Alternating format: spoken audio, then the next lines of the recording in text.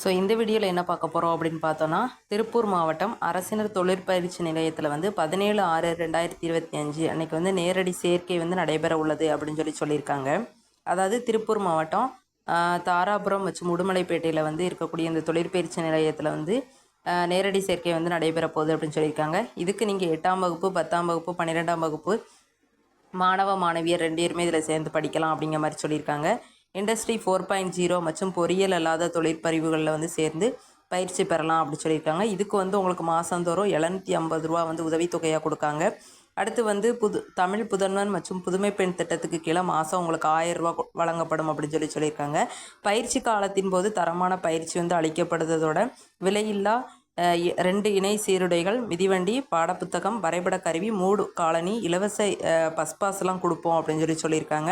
விருப்பமுள்ள மாணவ மாணவிகள் வந்து இங்கே சேர்ந்துக்கலாம் அப்படி சொல்லியிருக்காங்க. கீழே காண்டாக்ட் டீட்டெயில் கொடுத்துருக்காங்க.